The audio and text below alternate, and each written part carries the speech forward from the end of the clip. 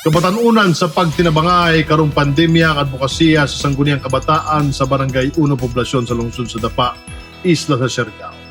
Diin nakigtambayayong kini sa usa ka non-government organization na mga kabatanunan pod ang mga miyembro aron makaapod-apod og tabang sa ilang mga kabarangay.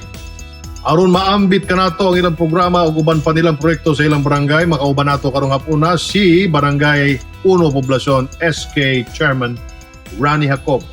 Rani, niadto lang Huwebes nagpaygayon mo og community pantry kauban ng grupong Hinabang. Pwede ba nimo i-share kanamo ang programa?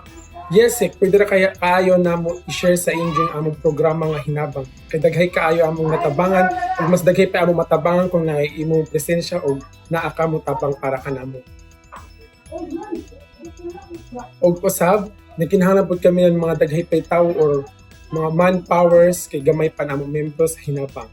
So kung moabot ka sa among grupo, mapasalamatton mi na kaayo kay tungod gihatag sa Ginoo nga niabot ka kanamo. Kagahapon nagpaygayon og pagpulong ang inyong sanggunian aron magamit sa mga programa o proyekto ang inyong SK funds. Pwede ba nimong iambit sa amo ang inyong mga programa o proyekto? Yes, ang mga programa sa among mga sa SK funds kay naga-initiate kami unsaon paggamit ang kwarta para sa kamakabatanunan.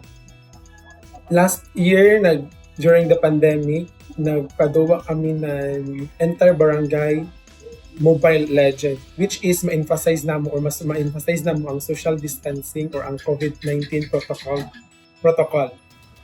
Sa ato na pamaagi, daghay nakapuyos ato secretary kay from the SK to youth na observe gyud namo ang social distancing ug daghay giganahan sa among programa. Ug karong July or August, linggo ng kabataan, adoy among mga upcoming aktibidades para sa mga kabatanunan diri sa Dapa. Padayon na nga itong vaccination program kontra COVID-19 aron makaabot ang herd immunity sa inyong barangay. Kumusta po ang pagdawat sa mga kabatanunan sa bakuna kontra COVID-19? Sa amo barangay, amo gi-spread ang lahi na news or lahi sa pagsabot ng mga kabatanunan. Kay mura man gud nag-message relay mo istorya ang isa ka tawo pag-abot sa laing tawo dili na mao ang istorya. So para sa ako i-encourage ko ang mga kabatanunan o ang youth na magpa-vaccine kay para mainis sa ato dili lang para sa ila. Which is ang vaccination program manggod ng government kay dili ini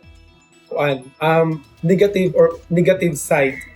Positive side ini para sa ato kay dili naman sa kita ang maprotektahan ang nato immune system, which is dili na kita masakit, dili na kita basta-basta matakdan ng virus.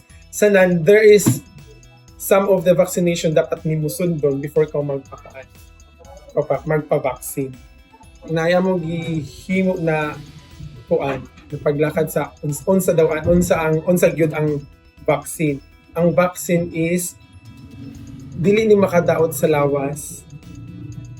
Ang vaccine gihimo para sa imo kondisyon sa imo lawas kay para dili ka matakdan og sakit. Dili ka basta-basta matakdan og unsa pa ng mga sakit. Gihimo ning vaccine kay para ma-spread sanan mahunong na ang COVID-19 pag-spread sa virus.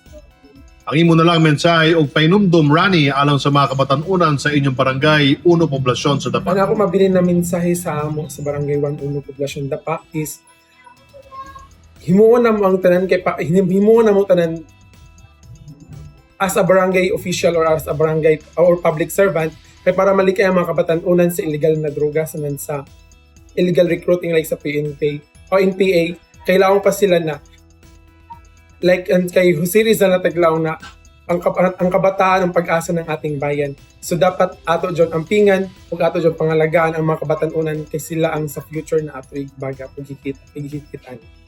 Daghang kayong salamat Barangay 1 Poblasyon SK Chairman Rani sa pag-share nimo sa inyong mga program. Isayag yun! Isayag yun! Isayag yun!